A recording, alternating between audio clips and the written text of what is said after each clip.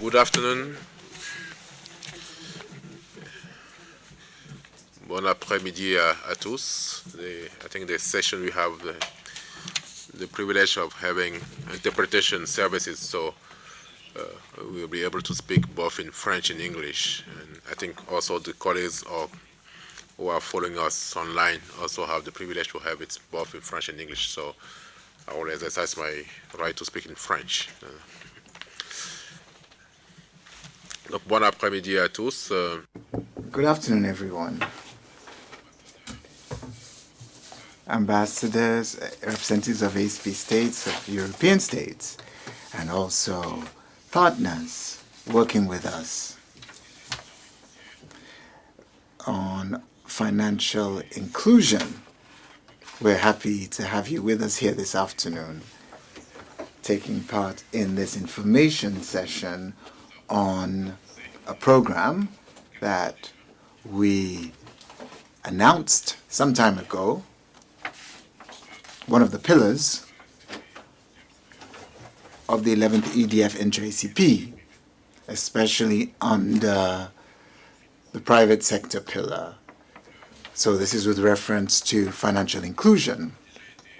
Access to financing is something that we feel is a priority for the private sector, for the EU and the ACP. Already under the 9th and 10th EDFs. So already in 2006 and 2010, there were two successive microfinance programs that took place. The first under CCAP, and the second one was more open. Contributions going to our partners on the ground.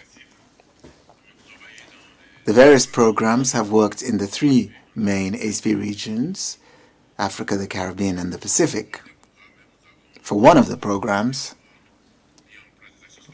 we deliberately put in place programs in the Pacific that were specifically tailored to the needs of the Pacific, of the various countries. We wanted an integrated program, and we had to put aside specific resources for those countries.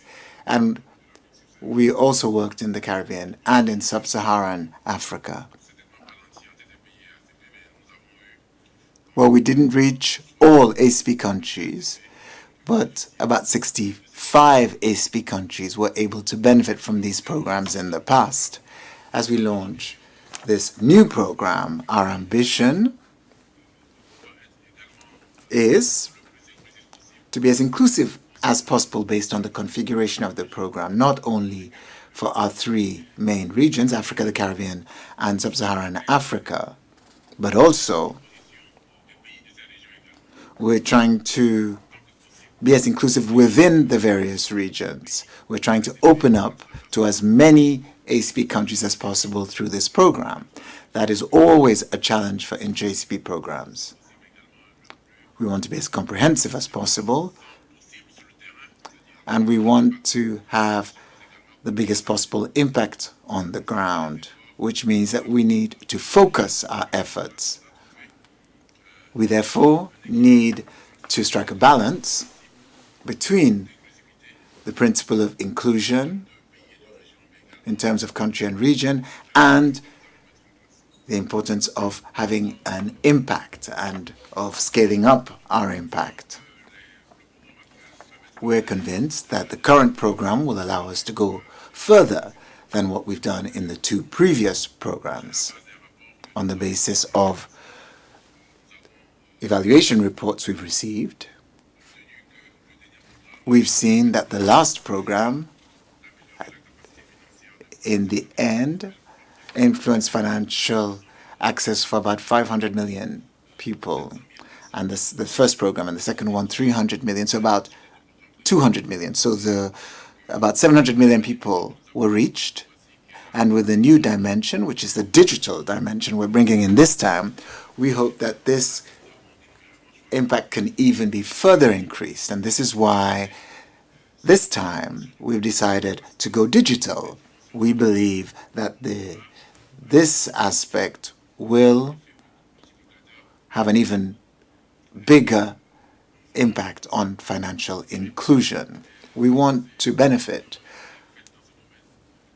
from the progress made in digital services. Many of our countries have actually been pioneering in these areas, and we are hoping to build on the pioneering efforts and also learn from other regions so that we can come up with an integrated program that will give us this bigger impact that we are looking for.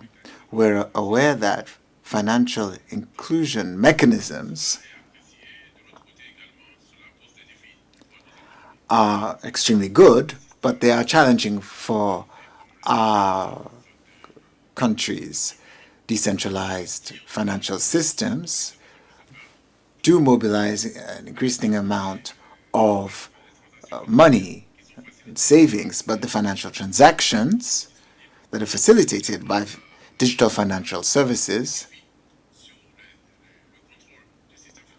do challenge us in terms of the control and monitoring systems in place in our countries.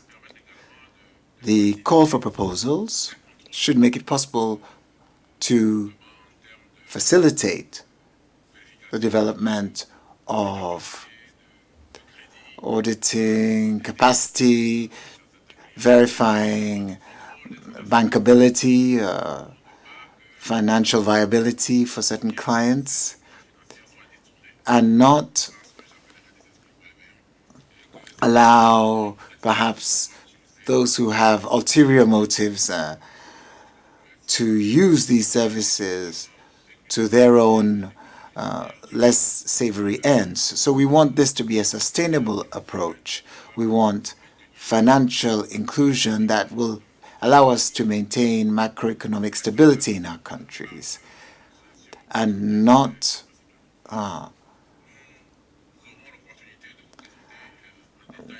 cause any difficulties in these countries. So we will be looking at the guidelines that we've come up. You'll see that we are trying to bring in as many partners as possible, as many actors as possible. Today, we have an increasing amount of knowledge at our hands, and we want to encourage the sharing of this information to facilitate development and facilitate financial inclusion in our countries. So I'll stop here and give the floor to Antti Karunen, who's the head of unit at the Commission. I didn't introduce myself. My name is Viwanu Nyasunu, Assistant Secretary General, responsible for sustainable development and trade. And that is the department I manage is the one that deals with these issues that we're looking at today. So let me hand over to my colleague from the European Union to make his introduction before we actually introduce the platform. Thank you. Dear Assistant Secretary General, dear Vivanu, thank you very much, and good afternoon to everybody. It's a pleasure to be here. We are in fact today presenting what we can call an important milestone in our EU ACP partnership and in our operations to support financial inclusion. Let me just say a few words because it's I think Vivanu has said already a lot, and then we go into the more detailed presentation. But both financial inclusion and the digitalization are quite high on our cooperation agenda and are very solid part of our operations. On the digital side, we have, as regards the African continent, we have put together a digital economy task force, and it has given some recommendations which may be of interest to you to look into. In short, we see it as a huge enabler in achieving the SDGs, and therefore very much want to move forward with this area. And putting it together then with the financial inclusion agenda, I think offers a huge opportunity for us. On that side, we have the external investment plan also, where we have 4 of the investment guarantees or support to investments are something which have a digital focus, and therefore we can say that this particular call, in a sense, in a nice way, combines the efforts both on digital and on the financial inclusion side. So the objective here is to create partnerships, empower citizens to overcome digital transformation. First, partnerships to promote policy and regulatory environment. Second, scalable digital financial solutions. And also on the first side, on the regulatory policy side, it's obviously also useful to bear in mind that what we would like to see happening is to improve the preparedness of our ACP partners for preparing regulatory policy environments where these ecosystems can flourish, and where we can also ensure that we are working and developing markets for these solutions to thrive, and therefore also perhaps look into not only national markets, but look at what opportunities there are to work in wider sense of market development. And second, then obviously the transformation and innovation in this area is very rapid. It's moving very quickly.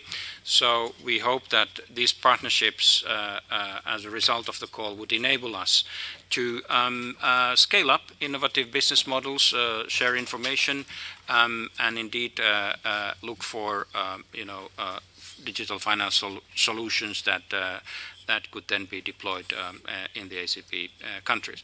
The call is recently published. It's open to applicants from Africa, Caribbean, Pacific, and European countries. And I just say that the deadline for submission of applications is 1st October 2019 at 12 o'clock noon Brussels time. That's all from me, and I would love to, unless Vivanu, you have something more, maybe to hand over to my colleague Tsisimos Vergos, who has a presentation to do on more details of this call. So Tsisimos, please go ahead.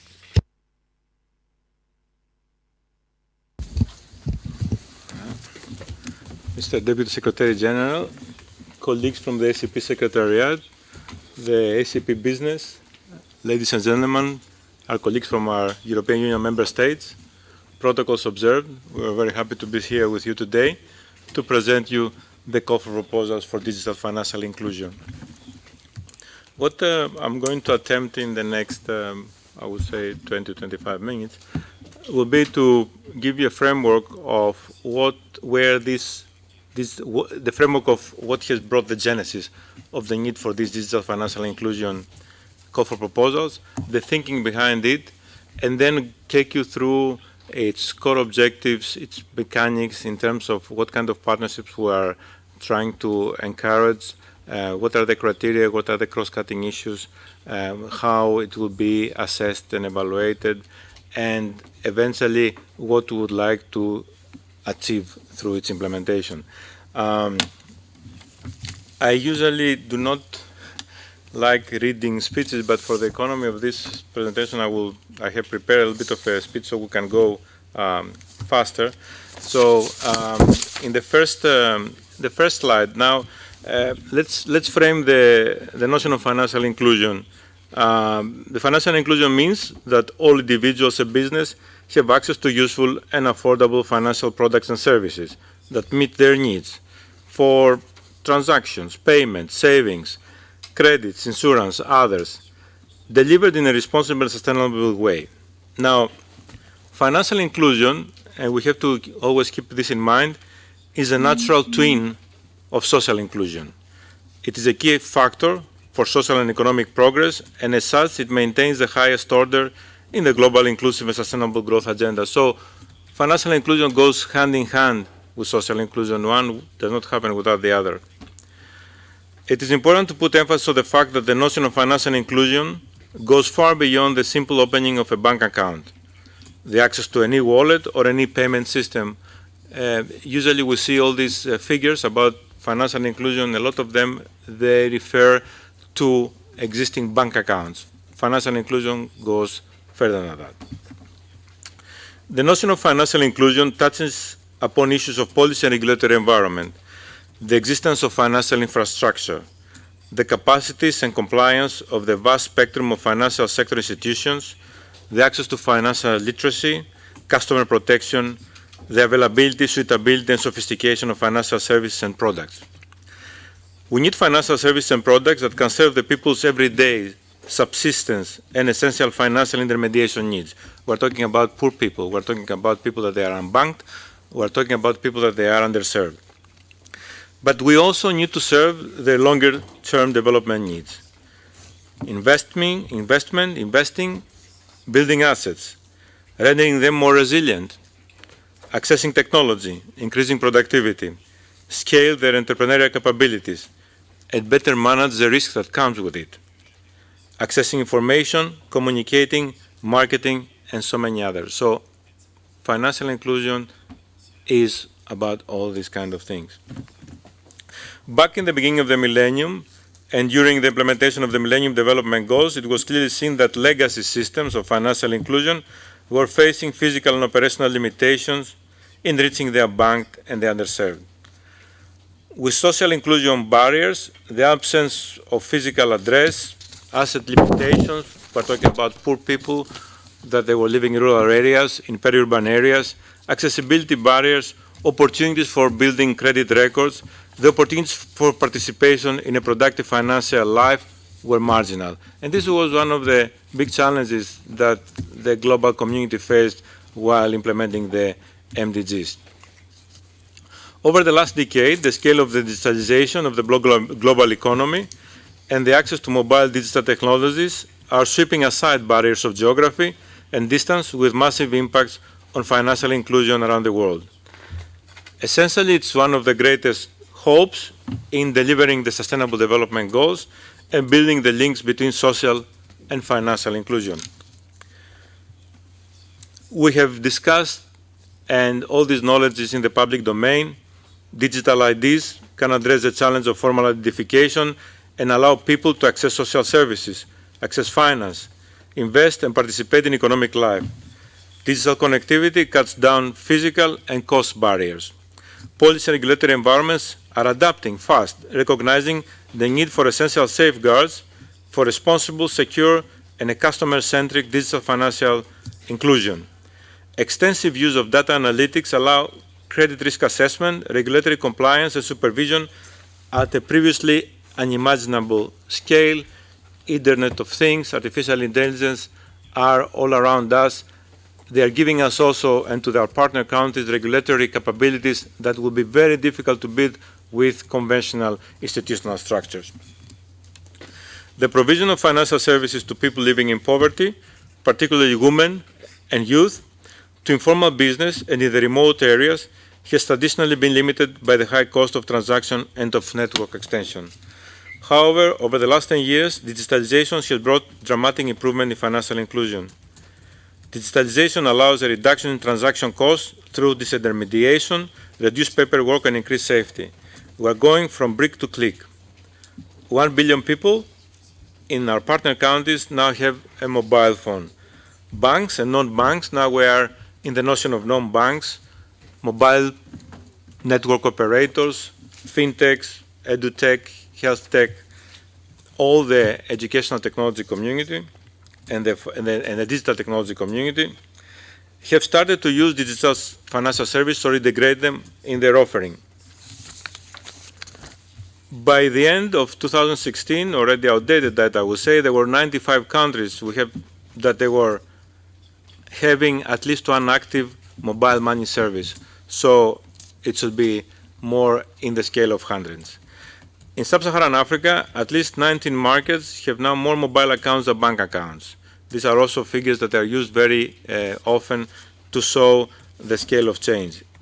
Initially, mobile phones were used to conduct payments, but recently have initiated to extend to other services such as credit, savings, insurance and basic services such as energy, water and agriculture, what we very often call a digital finance plus, which is very important.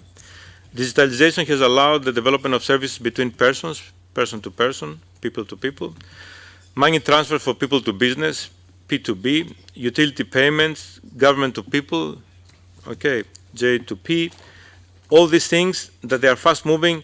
The European Union itself, in its new consensus of development, recognized digitalization as a key tool, and we are mobilizing enormous resources towards this direction.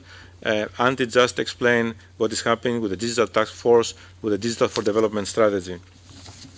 And of course, needless to say also, within our external investment plan, there are significant leverage with guarantees that are specifically designed to address digital entrepreneurship needs.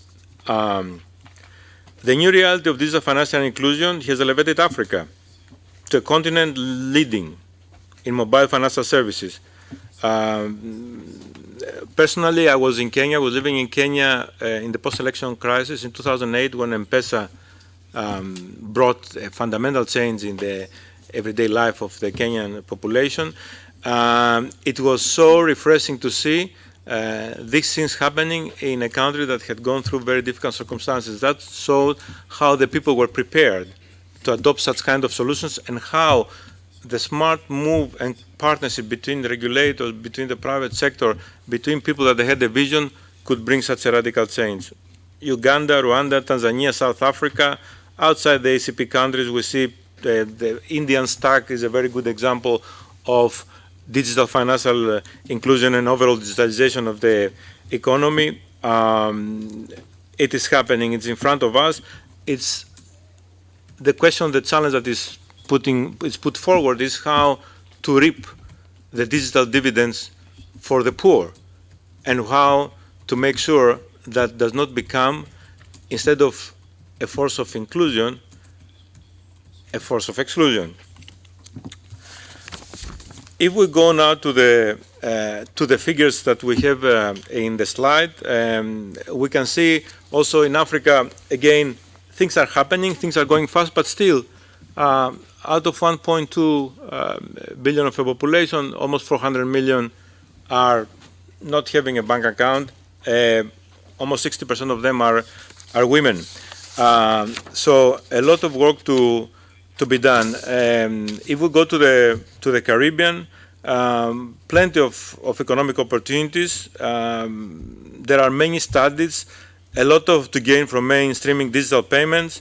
There are analyses for potential savings of 110 billion US dollars per year in terms of better management of public spending and tax collection.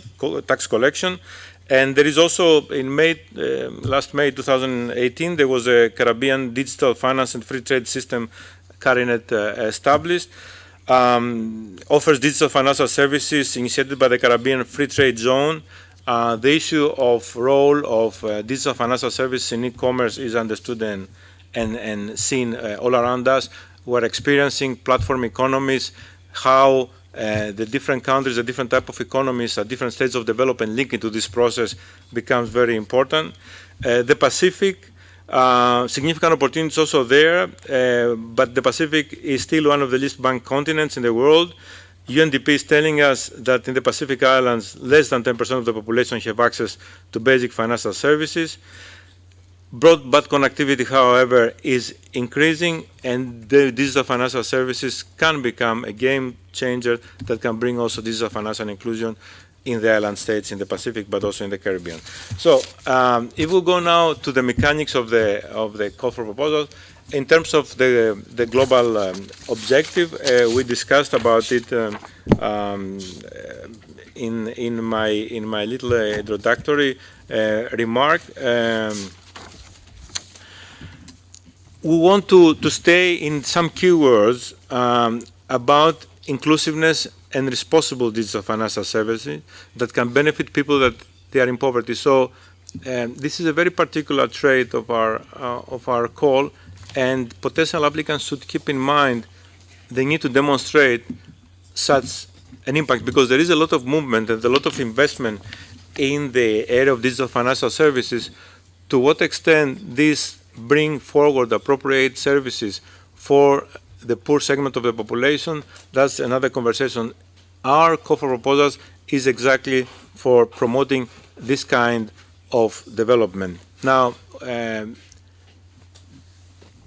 we have split the call for proposals into two lots. That makes a lot of sense. One lot has to do with the policy and regulatory environment.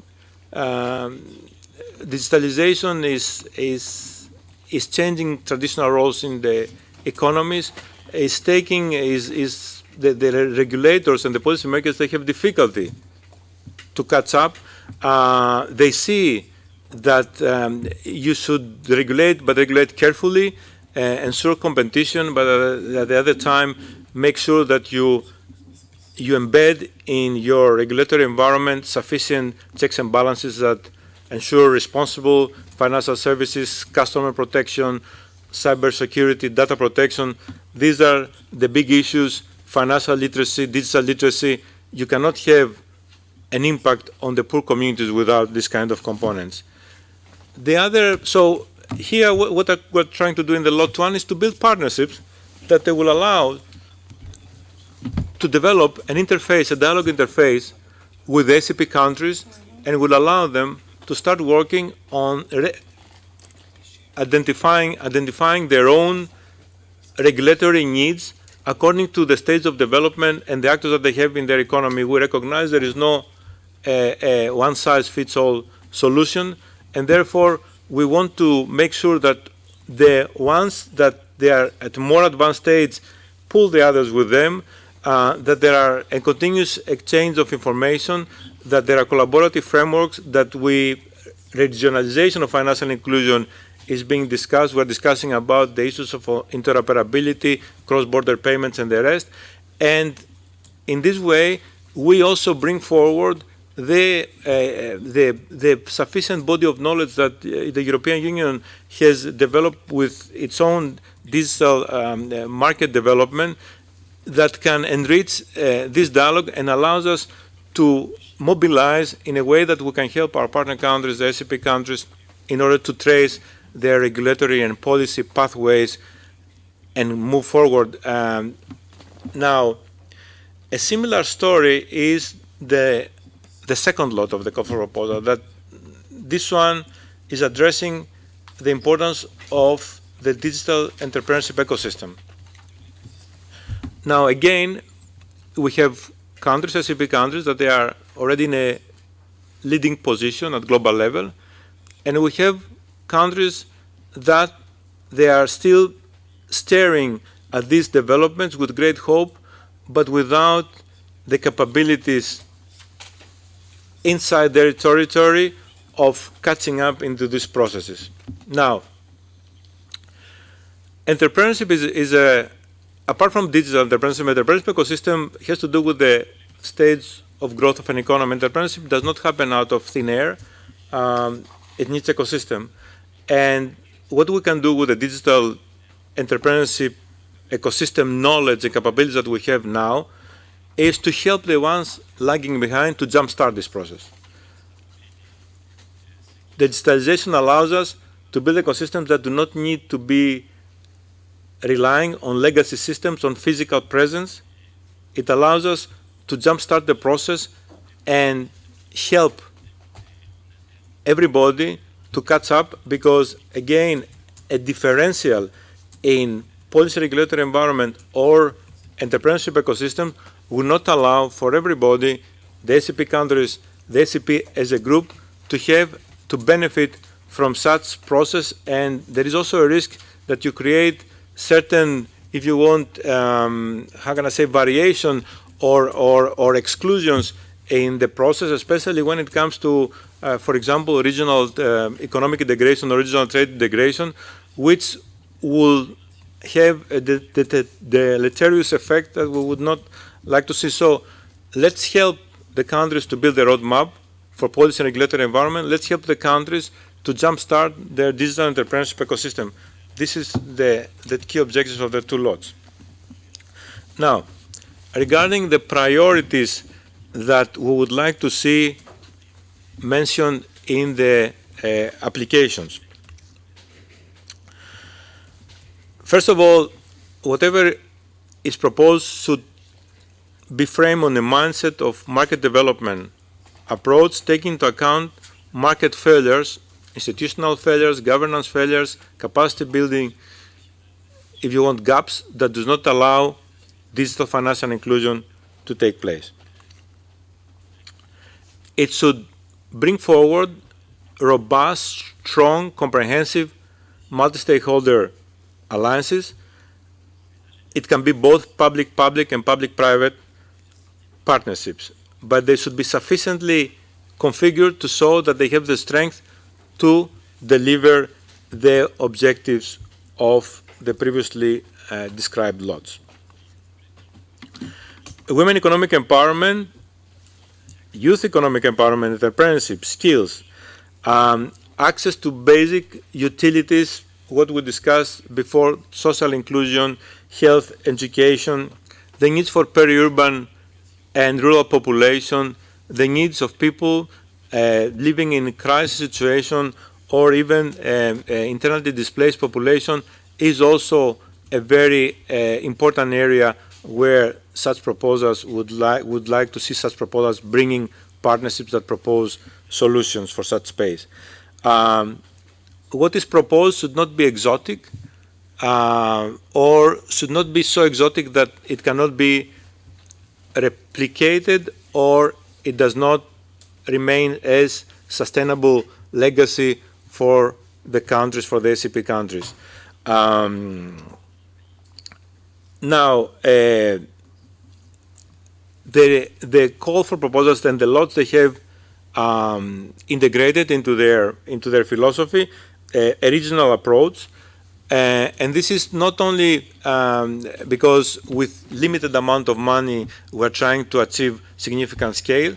It is also because otherwise we're going to have the fragmentation that I mentioned before. We would like to bring countries of variable, let's say, state of progress in the area of digital financial inclusion to work closer together.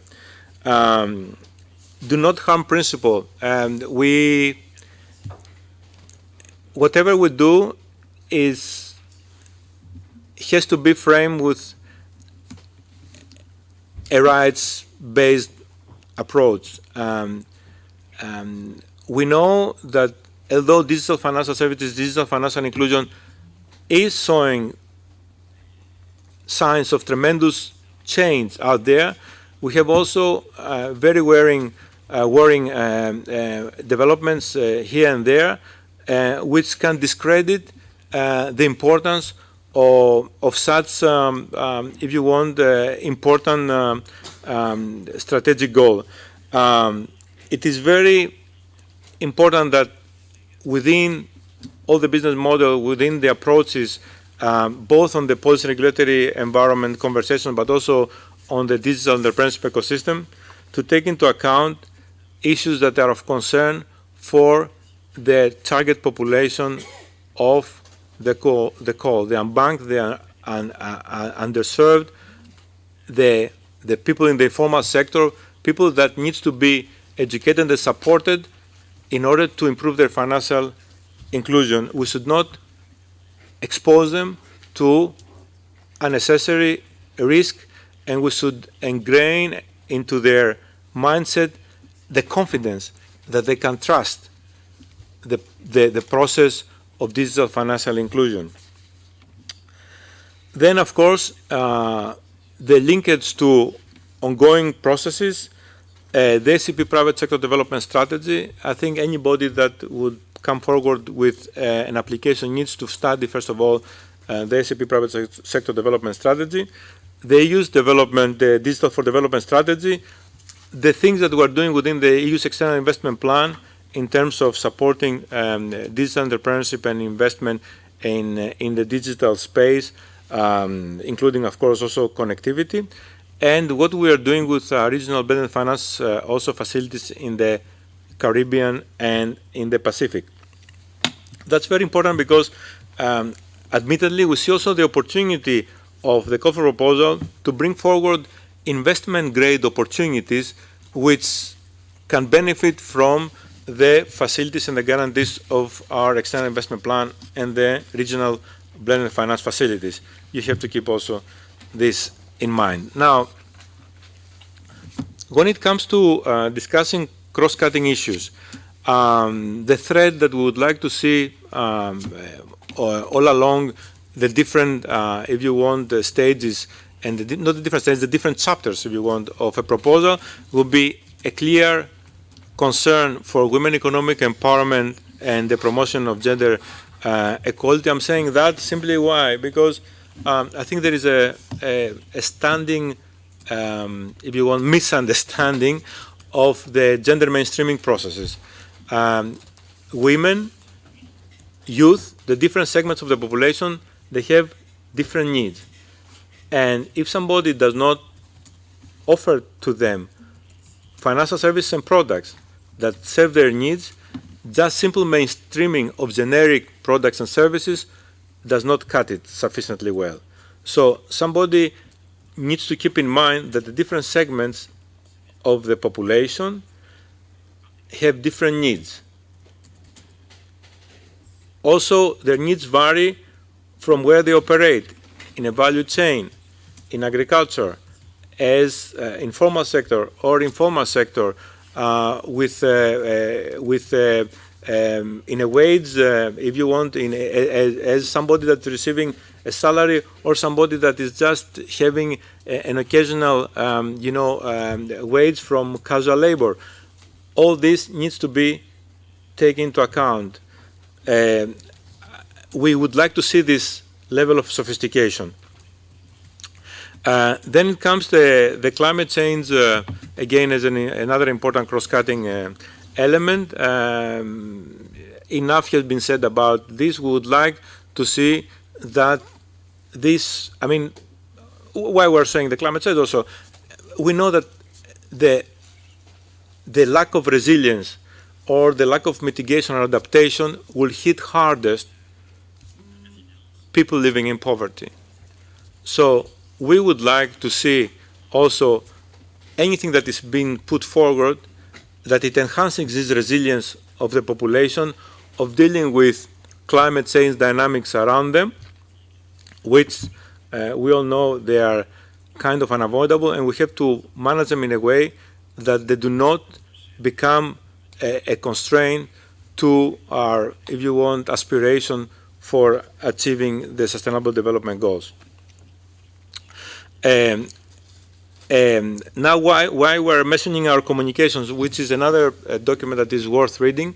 Our communication has a very, if you want, detailed explanation of principles and criteria when it comes to private sector engagement and financing of private sector actions. It's very specific, the philosophy behind our collaboration with the private sector. I would highly recommend that, potential prospective applicants have also, they use it as one of the texts from where they can get inspiration, but also guidance.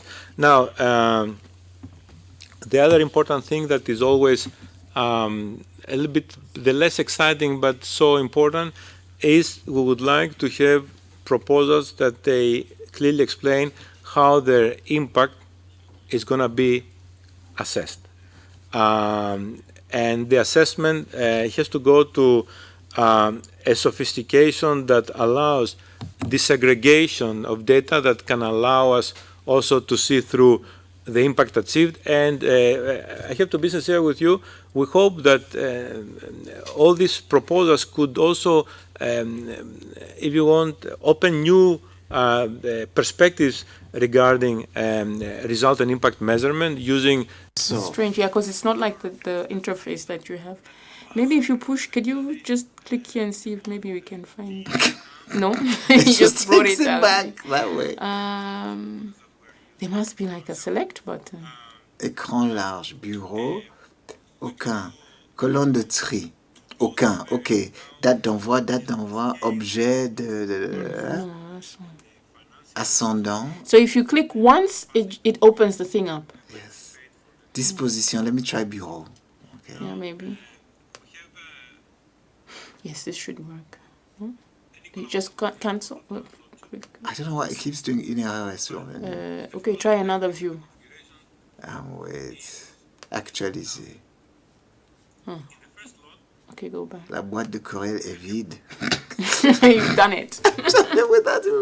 Okay, so what did I do? No, I don't think it's going somewhere else. To a maximum of 12 million euros. Why we have such an opening?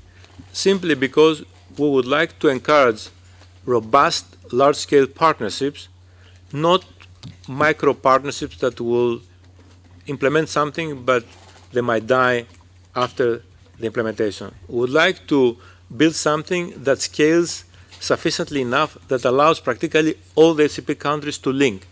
This link is not going to be physical link necessarily. People will meet at regional level, at continental level, among regions, but eventually what we need to do is to ensure that they are all linked into a platform that allows them to, if you want, first of all, build their differential partnerships with those partners that they think that they better fit their needs, but also, if you want, customize their own needs for evolution in their policy and regulatory environment, making sure that they have in front of them the entire landscape of what is going on, and being able to choose their best configuration for their needs.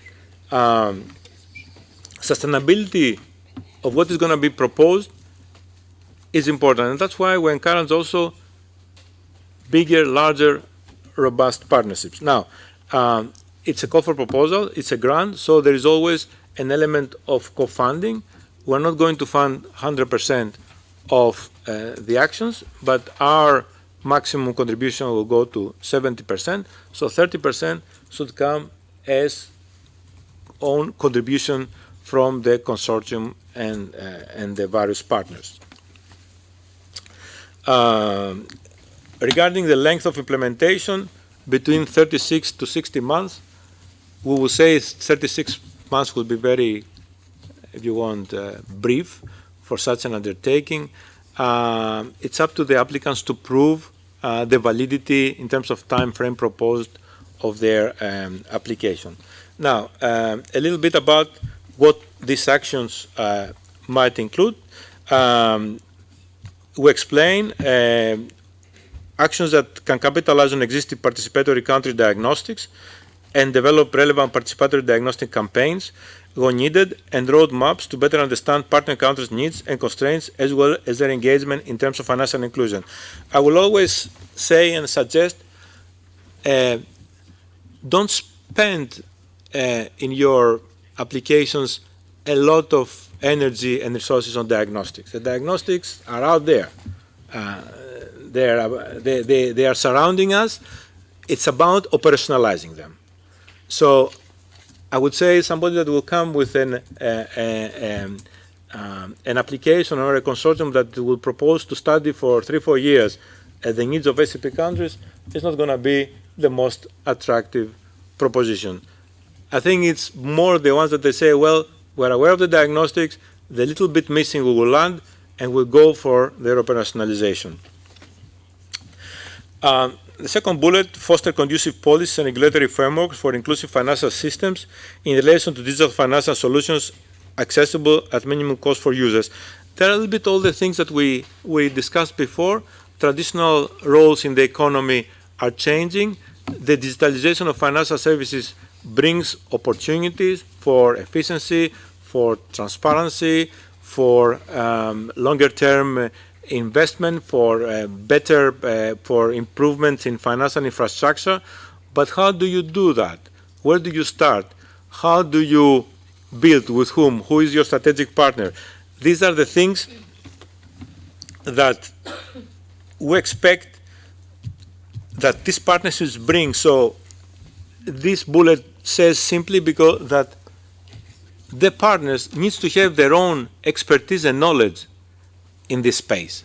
They're not coming again to do some exploratory conversations. We need partners that they bring know-how, knowledge, capabilities that has to do with policy and regulatory environment in digital financial inclusion. And then about the financial infrastructure, what do we mean by financial infrastructure? The system that clears financial transactions in the economy, collateral registries, credit bureau, switch systems, all these kind of things. Again, a requirement for partnerships that they bring forward their own experience and knowledge in this space. So while it's not technical, a technical lot, purely technical lot, it is a technical lot that needs the partners to bring these things forward. So please pay very close attention to the contents of these 3 bullets.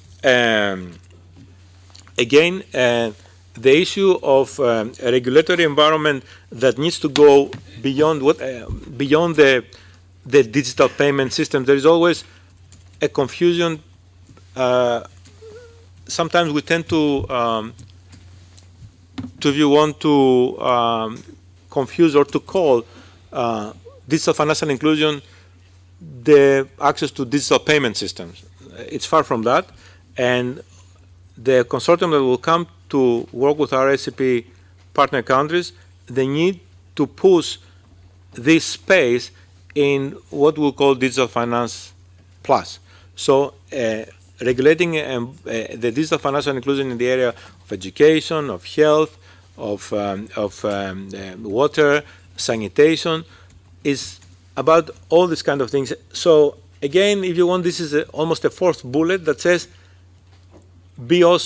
don't be generic in your application on what exactly you are bringing, into this partnership and how you are going to help the partner countries to move from point A to point B. So, the second lot. The second lot has now, while also in the first lot, public-public partnerships, but also public-private partnerships are important because it is the private sector that gives us, through the structured dialogue, how much we insist on this need for structured dialogue with the private sector. It's the private sector that gives us the feedback also, and that's to what is the most effective, efficient, practical regulatory environment for the private sector to invest, to evolve, to partner, how domestic and foreign investment can be best accommodated. While it's important in the first lot to be around, in the second lot it's critical because it is about public-private partnerships that can help in jump-starting entrepreneurship ecosystems. And there you definitely need the 2 parties to find an understanding of how they can help, especially the countries lagging behind, to jumpstart the process, and the ones that are already leading, how to maintain their competitiveness and even take it further. So here, let's see through the bullets of what the actions we would like to see in the actions. Engagement with the private sector. So we have to see, irrespective of the stage of development, in every country, in every ACP country, there is an emerging digital entrepreneurship space. The partners need to understand what is the space and how they will connect with such a space. So scaling what is happening there by working at local level or remotely at regional level with partnerships on the ground or through digital platforms. The right-based, again, aspect, a cross-cutting aspect that will be discussed before, very important, clearly embedded. The business models that are being discussed there needs to lead to financial services that they are responsive. They provide for for data protection, for personal, excuse me, for protection of personal data, should not, anything that happens in this space and does not take also this into account, somehow take a lesser, if you want, ranking. To what extent, what is going to be proposed there, ventures in spaces where usually we stay, away, what is the needs for digital financial services and digital financial services business models that can address needs in fragile states, in situations of crisis, in population that is displaced. And then, again, the particular needs of the different segments. What I said before, recognize from the beginning that we're going for customer-centric solutions that are somehow, not somehow, which they are, however, they pay attention to segmentation. The fact that the different, if you want, specific groups have specific needs, either because of gender differentiation, value chain differentiation, or geographic differentiation, peri-urban or rural, and the rest. Then, right. Now, let's discuss a little bit about the eligibility. What we have in this consortia, there are usually three categories of participants. There are the lead applicants, there are associated applicants, and there are also affiliated entities.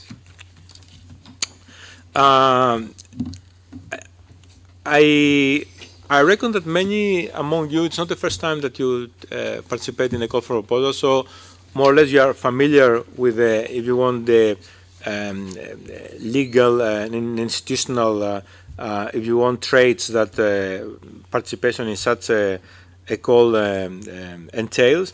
But let's go through them also. Legal persons, lead applicants, legal persons established in ACP state, a member state of the European Union, country that is benefiting from the instruments of pre-accession assistance, member state of the European Economic Area, OCTs, overseas countries and territories, in a developing country or territory, according to the OECD also, list can be a least developed country, other low-income country, lower middle-income countries. Members of the OECD, when contracts are implemented in least developed countries or highly indebted poor countries, you understand that it's quite flexible.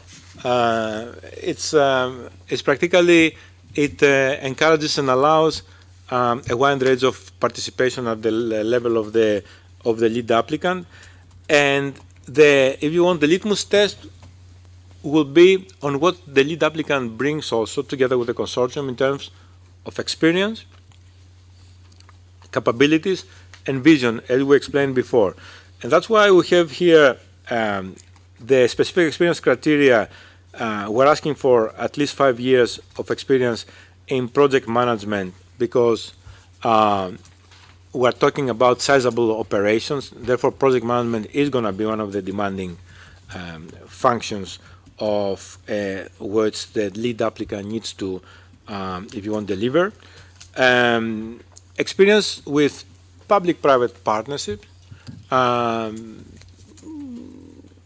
Not everybody and not all organizations, although almost everybody mentions these frameworks, it's not that everybody or all organizations that have experiences in having put together or led this kind of partnerships. And then, of course, very important to prove that is bringing sufficient institutional, if you want, technical, technological, educational, policy, regulatory knowledge, entrepreneurship, ecosystem building models that can convince the evaluator. So what I'm trying to say here is, let's avoid generic applications that promise a lot without demonstrating how the strategy will lead to such a great promise. So from the stage of the concept paper, please be very careful in articulating why and where your consortium, your partnership will make the difference. Now, the co-applicants, they have similar eligibility criteria in our call for proposals. Now, what is important is to see the geographic, if you want, configuration, because as we said before, we want to ensure that there is a regional impact, preferably ACP-wide impact. So I have to admit, we will like to see proposals and actions that they cover the entire ACP, if you want, geographic context, especially in Lot 1. In Lot 2, of course, is a very more particular case, because you can also think about particular needs in different ACP regions. Now, in the first lot, we need to have the co-applicants coming from a minimum 3 different ACP regions, minimum, and have operations that they will touch in a minimum 2 countries per region. This is the very minimum. I would say, yes, I mean, we need to offer the opportunity, because somebody can come with super brilliant and extremely scalable proposition, but we would expect larger than that. In Lot 2, we have the case of 2 co-applicants, so at least 2 regions in the minimum proposal. I forgot to say before that in Lot 2, there are different, because we recognize that it will be difficult to have, very, very large scale proposals. We have the lots, the proposals can range from minimum 4 to maximum 6 million euro. Okay, so we can allow, let's say, there to have from 12.5 million euro, we can have 2 to 3 proposals.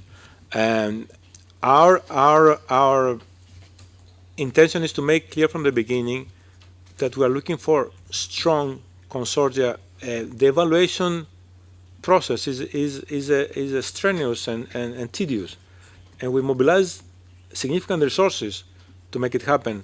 So, and that's why we make it as a 2-stage process. We would like to discourage, proposals that do not have the strength that we have just discussed during this session. Please keep this into account. It's a process that takes time. It's tedious. It obliges us to mobilize tremendous amounts of resources. Go for something that is robust, powerful, and attractive, and responds to the things that we have just discussed here. So we're discussing this. Yeah, this is, for example, we're giving you examples here in this slide of what I just explained, the configuration of the different lots. You see in lot 1, if you have the 3 co-applicants coming from different regions and different countries of these regions, if, let's say, somebody comes from, as we say, comes from country X from region 1, we expect that there will be, another country XX from the same region that also the co-applicant brings on board as targeted through its contribution. So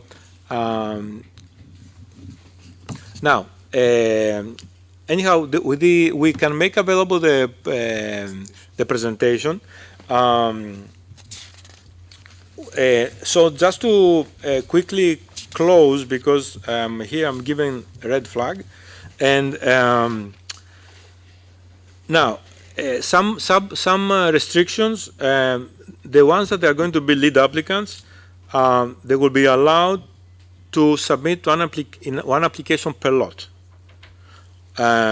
So it can be, a lead applicant can be in both lots, but not with more than one proposal application per lot. In any case, irrespective of the excellence of the lead applicant or an eventual lead applicant, an individual organization acting as lead applicant will not receive more than one of the grants from the 2 lots. So be careful where you put your energy and resources. The lead applicant, however, can be co-applicant or affiliated entity in another application at the same time.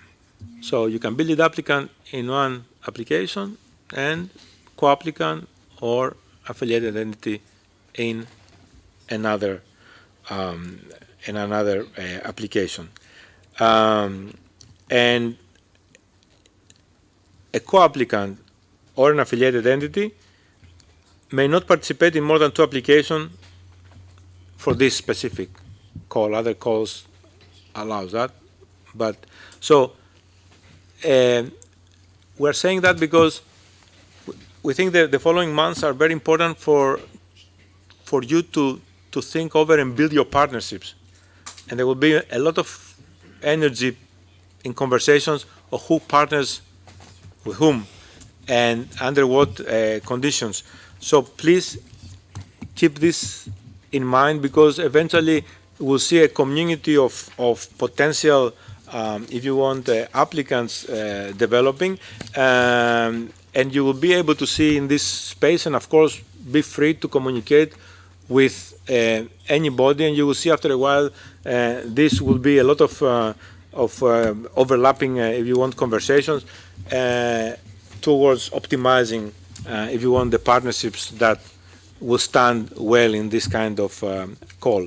Now, there is an obligatory registration in the PADOR system, which is system that we use for an online system that we're using for call for proposals, where potential applicants put their coordinates. But this also, PADOR is quite useful for people that they would like to access the details of other organizations. So it also facilitates, if you want, communication among prospective applicants. The submission is electronic, where you have the call for proposals published. This is where you are going to also upload your application. There are user guides available. We are going to be accessible to respond to any technical or content question that you have. There is a functional mailbox. Yes, there is also a functional mailbox that you will find in the guidelines, where you can send us any question that you might have. And then regarding the indicative timetable, Antti mentioned already before, keep in mind it's a two-stage process. So first we will receive the concept notes and we'll assess the concept notes. We leave sufficient space, so we thought that we should not, let's say, rush this process, because we know that the partnership building process, especially because we are in the summer, will take time. And would like to have partnerships that they are somehow bringing forward substantial critical mass and not be flooded from proposals that they were quickly put together and concept papers. So on the basis of the, if you want, shortlisting of the concept notes, we'll invite the consortia to submit full applications, and with a deadline January 2020.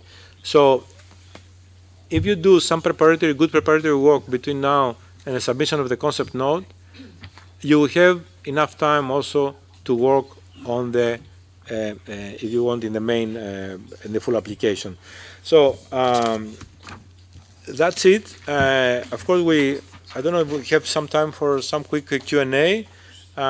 And definitely, for whatever we are not in the position to give you a response right now, you can, of course, express your question, and we'll take note, and we'll come back to you via email. And of course, if you want, you can later, through the functional email, submit your questions to our team. Yeah.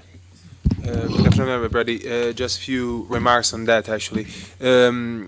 We have established this functional mailbox indeed to receive your question, and we will reply only to those questions who have been submitted to this functional mailbox. Please keep it in mind, because it's really, really important. All the questions, also those that you will do today, will be then published in our website. I'm saying that especially for those who have not familiarity with our platforms. It's indeed important for us to receive your question, and if you don't have an answer, of course, we will put the answer there directly.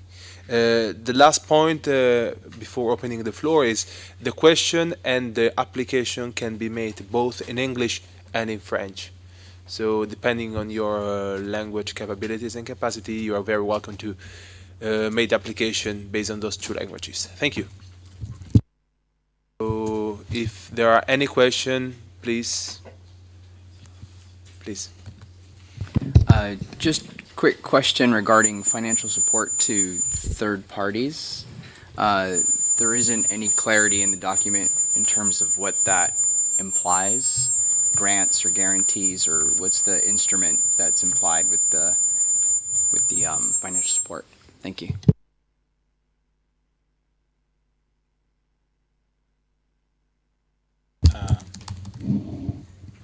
That's a prerogative of our colleagues from finance and contract. This is a call for proposal. It's a grant. We're not going to develop financial instruments in this. These are, if you want, most of the time operational grants. There is the applications. They have also a budget template that explains what kind of eligible costs can be covered. So this is not, if you want, a financial instrument. It is, we can call it an operational grant that is given to a consortium in order to cover its needs for implementing the action. Can you introduce yourself maybe before starting? Yes.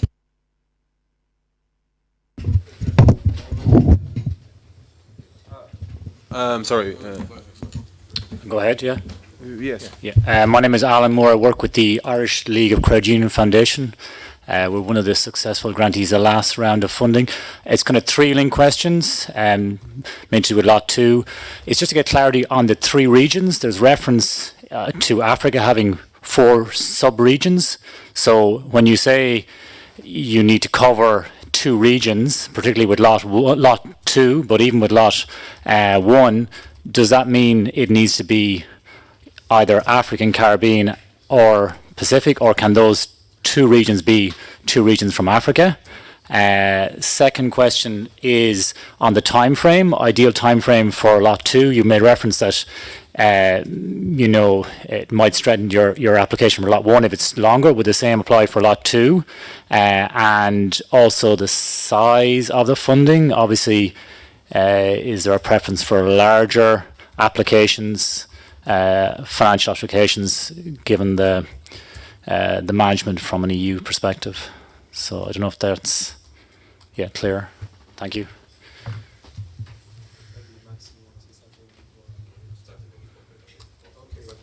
On the region, yes. On the regions, yes, Africa has 4 regions, so each of them counts as 1 region, and we will have to bring some correction because in our configuration, Burundi is in East Africa, so we have to make sure that we here in the annex is figuring in Central Africa by 20. So we'll make the corrections, make sure that Burundi and Rwanda in our configuration are in East Africa and not in according to the ACP and EGF allocations. That's how it was actually. So that will be that correction. But we have 6 regions actually: Caribbean, Pacific, and 4 African. But you can complement the additional. Yeah, no, I can complement. Please review Annex O of the guidelines, in which you have the list of the regions with all the countries included. We will look in Burundi indeed to verify what and find the results. Thank you.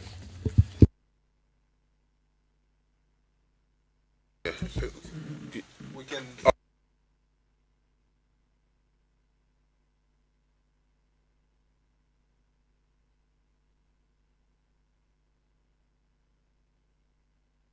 Yaoundé. Thank you.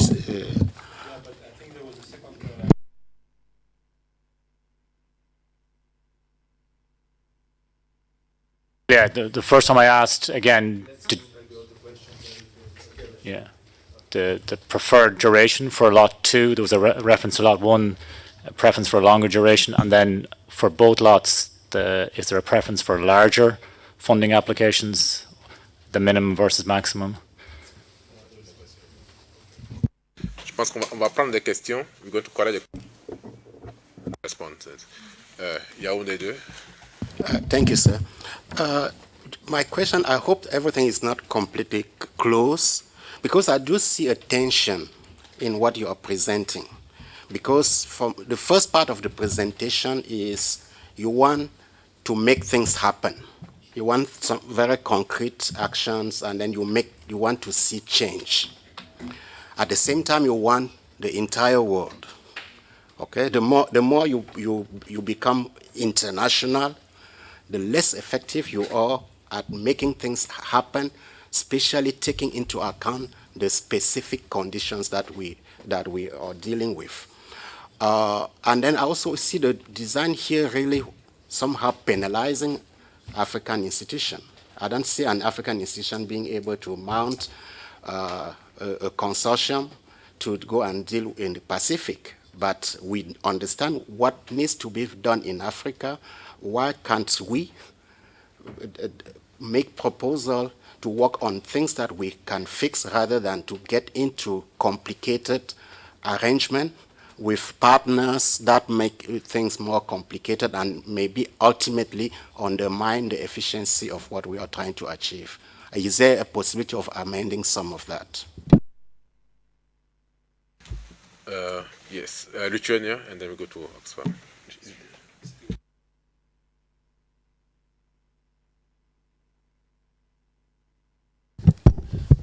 Merci, Monsieur le Président. Si vous permettez, je vais Commission Européenne. So 3 questions from our side. I'll try to be very short. The first one is on PPP, and since it's one of the evaluation criteria for potential applicants, would like to know what is meant under this particular criterion. Does it mean the direct involvement in PPP projects by lead partners or co-applicants, or even both are required, or just the general experience in collaboration with public-private sector is required only? The second question on Lot 2, could you please briefly elaborate on whether the support should go only for scaling up the digital financial solutions or also for development of those could be considered as well.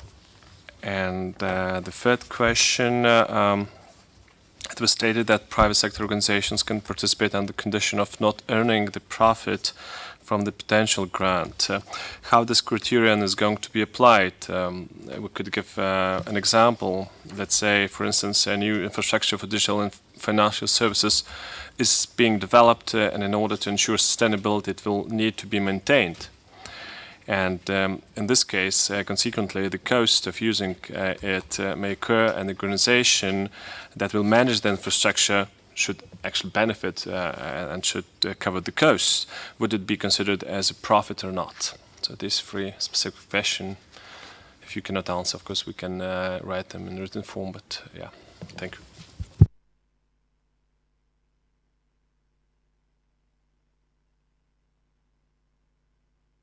Okay. Okay, thank you for the presentation and very promising call for proposal. I have a very practical question in relation to the co-financing. Am I correct that the guidelines say that if duly justified, the Commission can fund the total of the eligibility cost, so 100% without any co-financing from the side of the organizations? And also I would like to understand the rationale. Maybe you explain and I didn't get it, but the rationale behind in Lot 2, the need to have, the multi-regional proposal. Are you expecting us, or are you expecting the proposal to promote exchange of knowledge, maybe, mainly, or there is another rationale behind this multi-regional proposal? Thank you. Thank you for the presentations. Just a concern from Guyana regarding the configuration of the of the regional configuration provision. Was this the same in the previous call for proposal? Because for us in the Caribbean, it might be difficult if we have to put together a regional consortium is a challenge of itself in the Caribbean.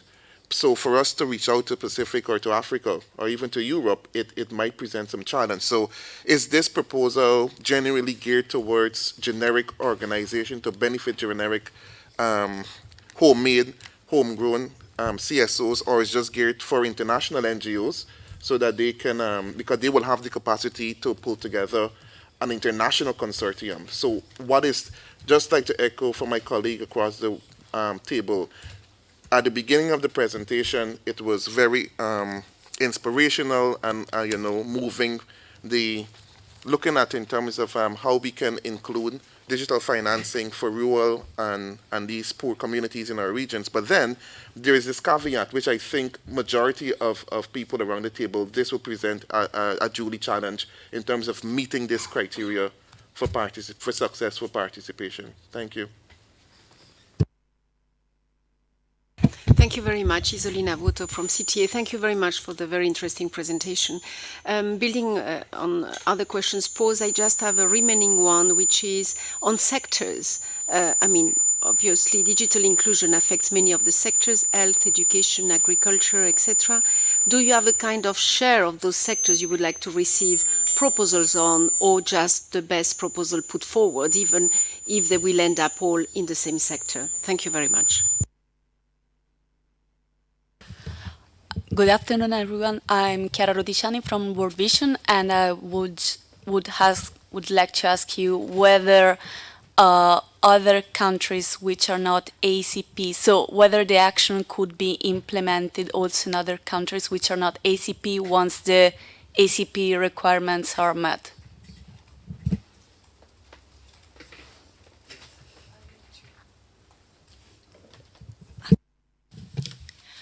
Bonjour, Sophia de Care International.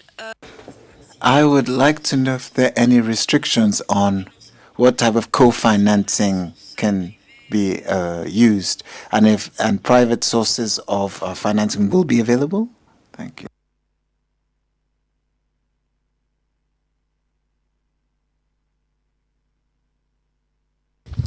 Thank you. I'm from Estonia. A question concerning eligibility. You actually mentioned some criteria, but you didn't mention the need for 7-pillar assessment. Is it also applicable here? No? Hi, my name is Wannes Aiwaz from Softwarecom, part of Orange Group. I've got two questions. Maybe one question about the lead applicants. So we would like to know what could be the link between the lead applicant and the co-applicant. Should be could it be a link? For example, for Orange, we have also a foundation, so we don't know if the link between Softwarecom and Orange can be lead applicants and co-applicants. It's an option. And so the second question is maybe more concerned about the law 2. We don't see mention about connectivity, not because we are Orange, but we strongly believe that connectivity also brings digital financial services, and it's very mandatory in all the countries we operate. First we connect, then we deploy services on it. So we don't see mention of connectivity, on rural connectivity, on those kind of populations who don't have access to connectivity. Thank you very much. Okay, quite a good set of questions. Well, there is a long set of questions we'll try to answer, but please bear in mind that to a very in-depth answer, we will recommend to go to Prospect, where you will see the reply to all these questions. We take note. And but in general, I would say that the regions, starting from the beginning, so the regions are there. We'll check with for Burundi, but the different the categories are there. For the time frame between 26 and 60 months, I think it really depends on the quality and the partnership and the proposal that you put in place. I think my colleague Tsitsimas Verkos was very clear on that. There is no priorities and so on and so forth. This and it goes in end and it ends with the size of funding. I think really it's what we are looking for. It's our good actions in both lots. Depending on the kind of actions and depending on the kind of partnerships, we are very happy to receive quality application and quality applicants. I will leave probably the floor to Tsitsimas about the point that our colleague made on.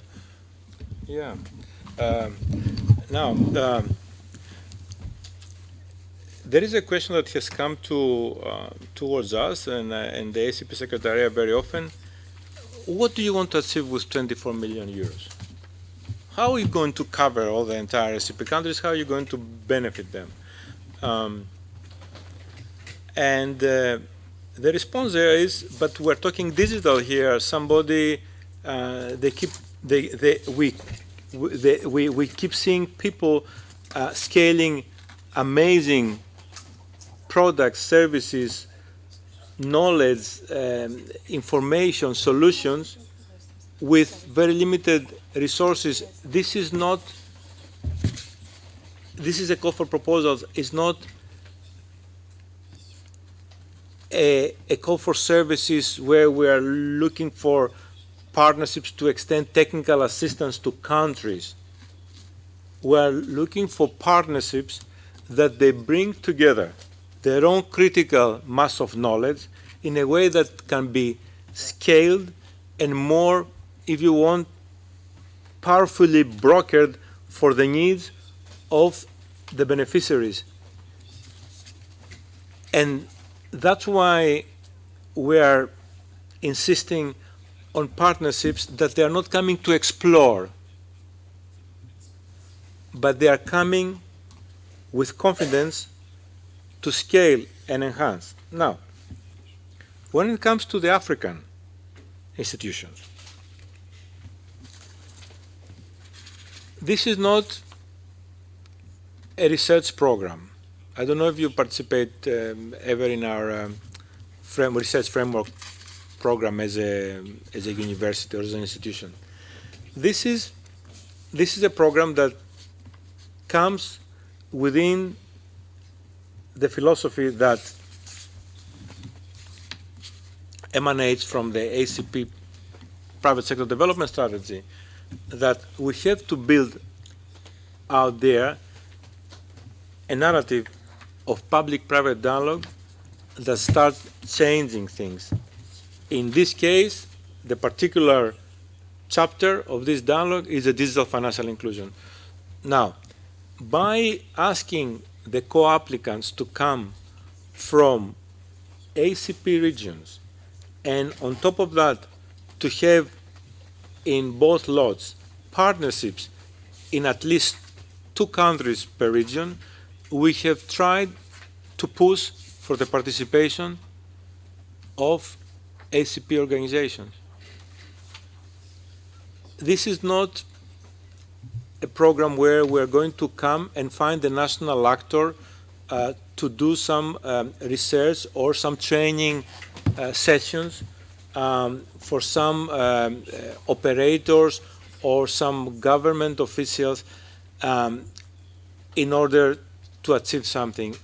This is a mega, we're trying to have here a mega mobilization of critical knowledge and partnerships, that they see the opportunity that it is definitely in front of us in the ACP countries to move forward in testing and operating in areas where they would not have gone on their own, because it's not necessarily a first-rank priority, because they are missing some resources for mobilizing in this direction. So with the resources available, we're not trying to build something from scratch, but we're trying to scale and capitalize on strength that is out there.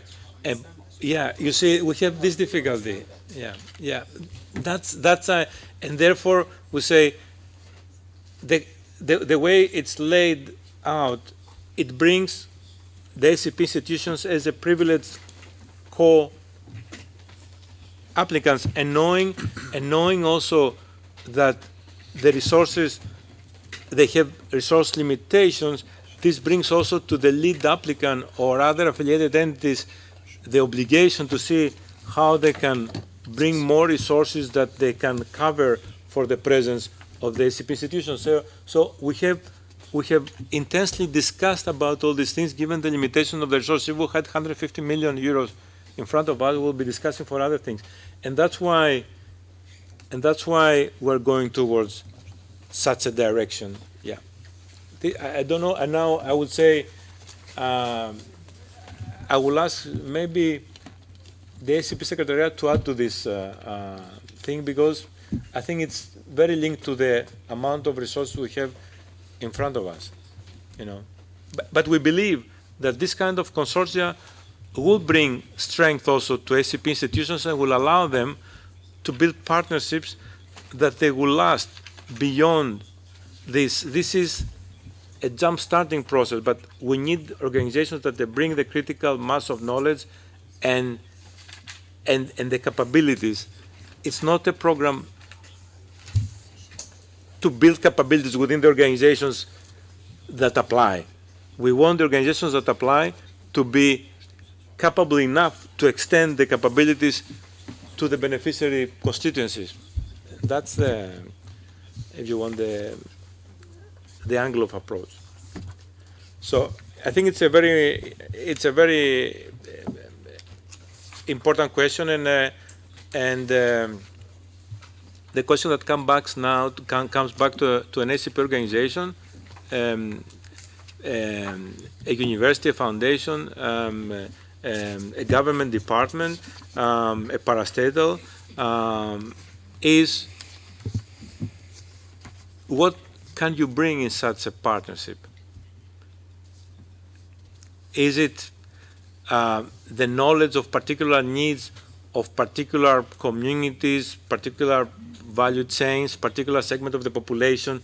You see, this is, I think, apart from the countries that they are leading in the ACP space, where they are benefiting from knowledge, in the other countries we have this knowledge of what are the needs of the constituencies, because that's another of the challenges of the digital financial inclusion. What products and services we will offer that address the needs, that they are not just the generic things that we have seen out there, that we're not going to continue counting bank accounts, but financial strength, a better management of the portfolio of everyday reality of poor people. And that's where it's a developmental, if you want, angle that we're bringing here. So I cannot say more on that. Yeah. Okay, we can go. About the public-private partnership criteria. I think that we will reply better on on the website. Just a clarification, my colleague just pointed out that the question will be made on our European Aid website because the Prospect website will be only for application. Please apologize for that.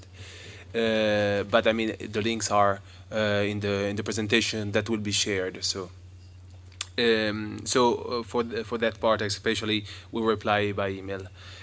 On the scaling up or development of business action, I think there are different types of activities and examples included in the guidelines.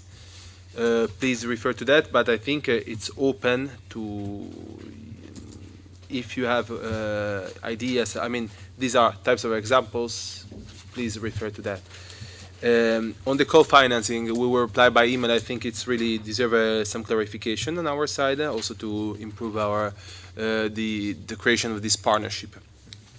On lot 2, are you expecting exchange of knowledge or other kind of activities? I think there are plenty of activities explained already in the guidelines. Please refer to that. And on the configuration of the regions, the colleague from the Guyana, as far as I remember, I think Tissimo's now already made clear the reply was very connected to the one of our colleagues from the University of Yaoundé. There are no priority sectors, so really about that there are some examples in the call, but please refer to that. I think it's very linked to the question on connectivities that our colleague from the Orange was saying before. But I think deserve a clarification on what kind of activities can be justified under the call for proposal and what other activities cannot be done. And I'm concluding, maybe it's more to add. No, what I want to say is, of course, if a proposal brings in the forefront agriculture, manufacturing, e-commerce,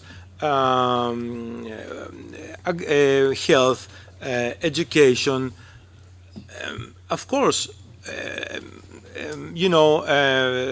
MSMEs, of course it will be more attractive compared to a proposal that brings only a very narrow segment.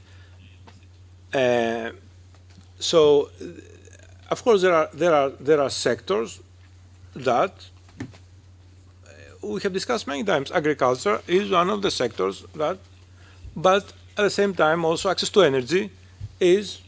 But nobody can say that also access to water and sanitation is of lesser importance in this equation. So the more the spectrum it opens, the more the proposal becomes attractive. The more narrow it becomes, the less attractive it is. I cannot see any other way to comment on that.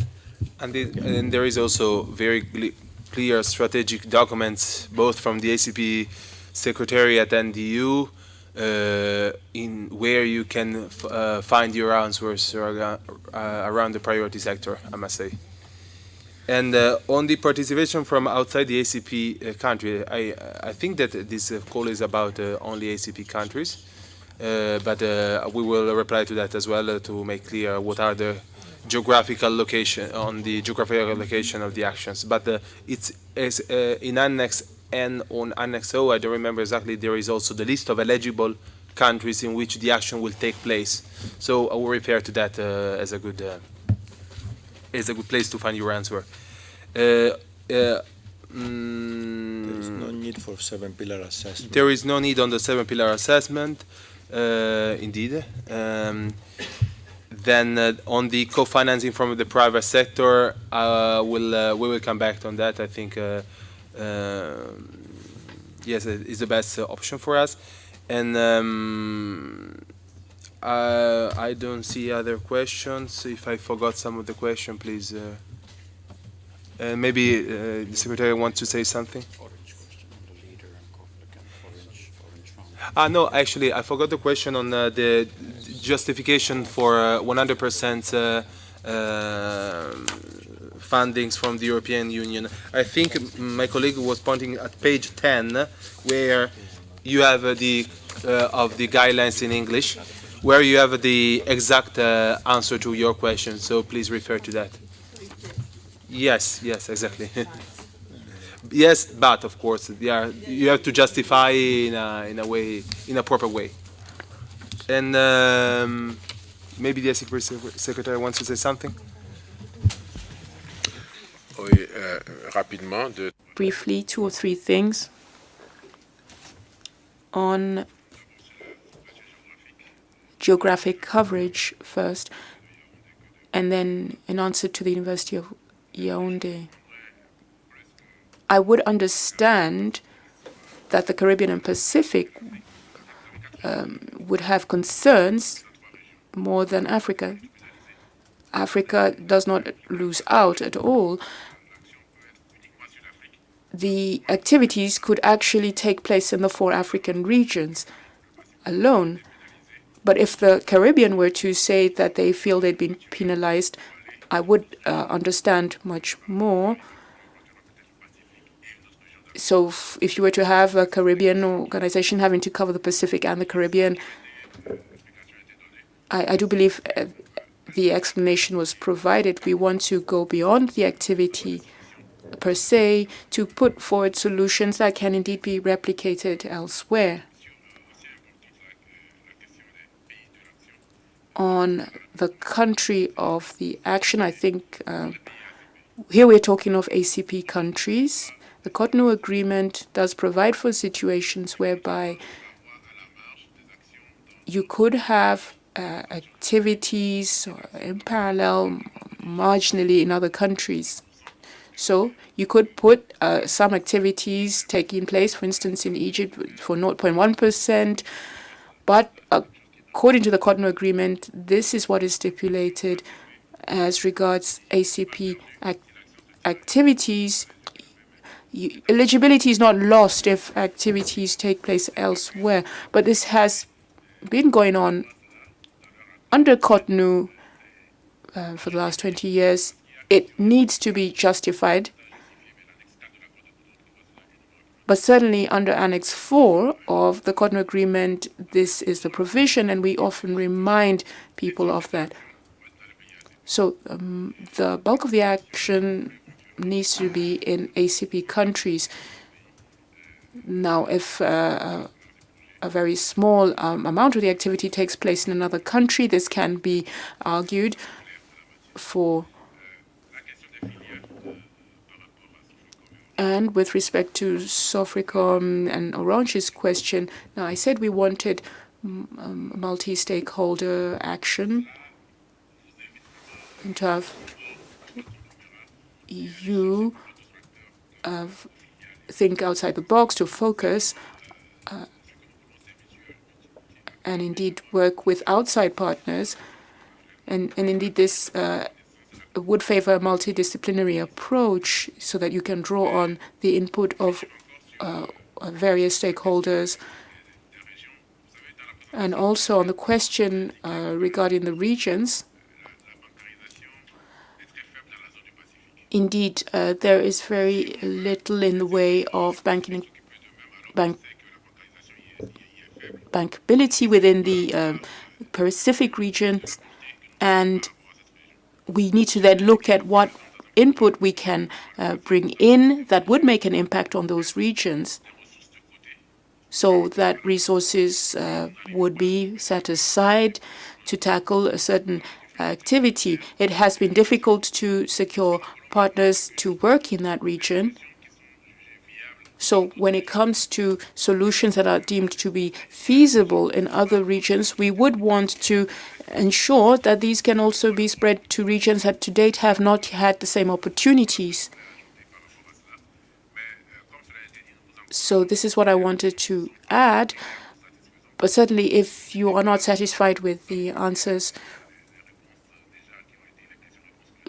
we have other opportunities. We will in fact publish the responses provided, and there will be clearer and more detailed responses as well. You also have the links to the guidelines document. Perhaps colleagues may want to come in at this point. Good afternoon. My name is Ana Montero, and I'll be working for the unity that will be handling the call for proposals.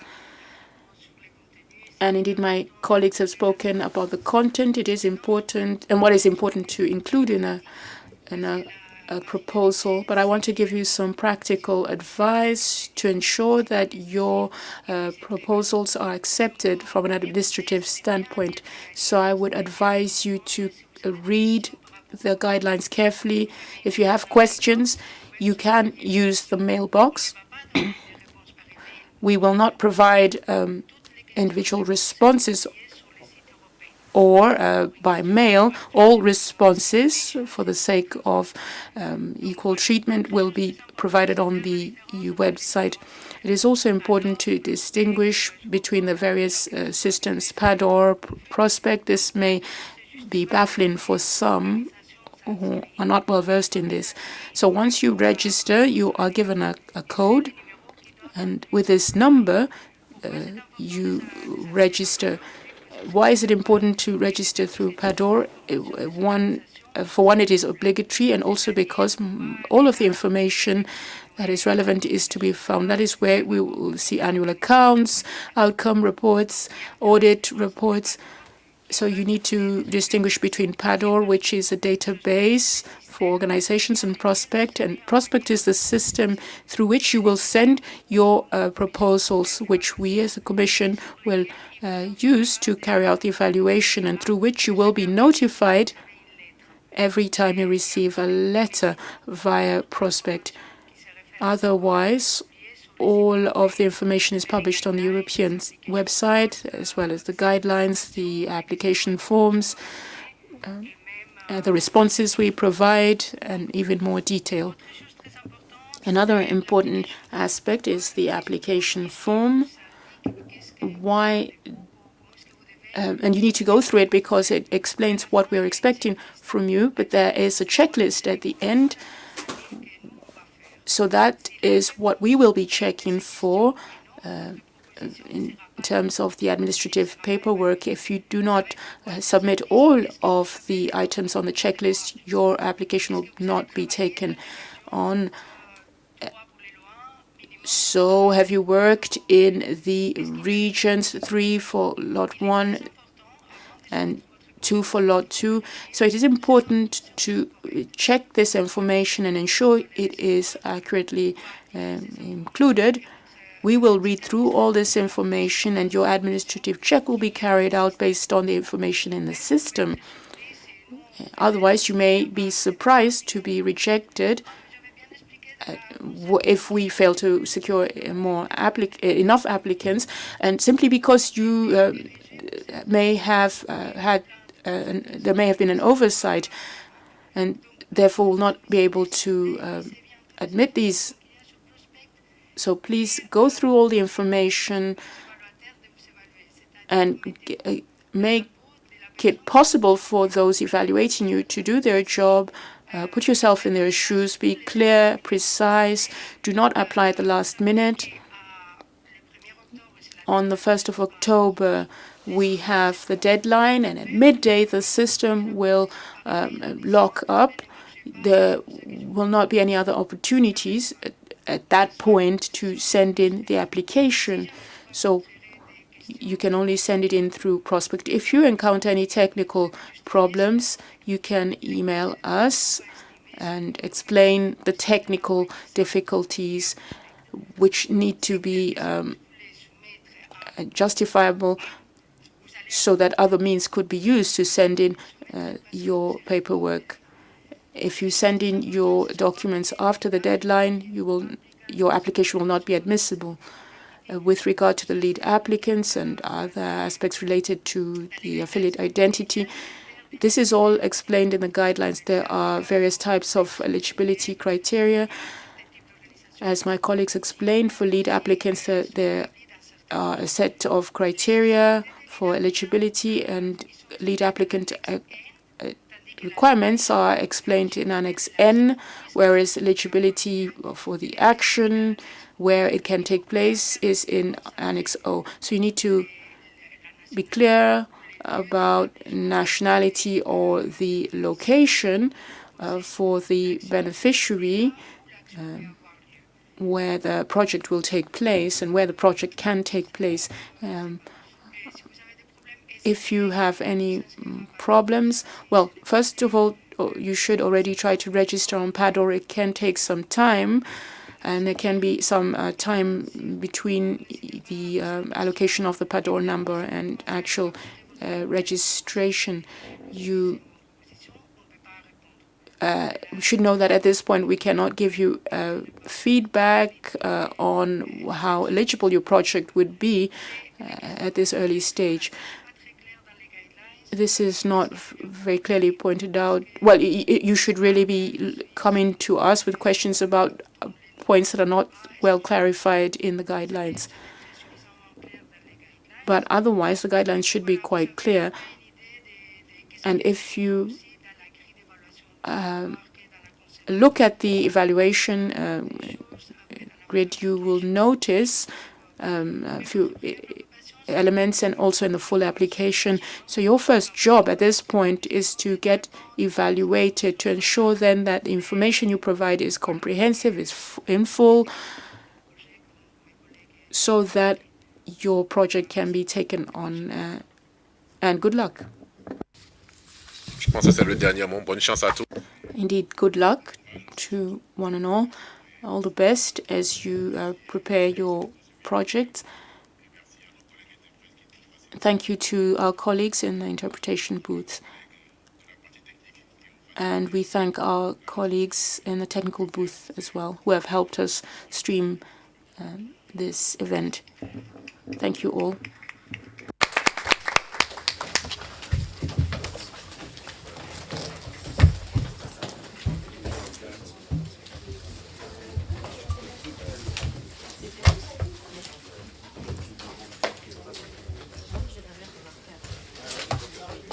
So, your Estonian colleague from DIGIFI Codev said that actually there are some interesting.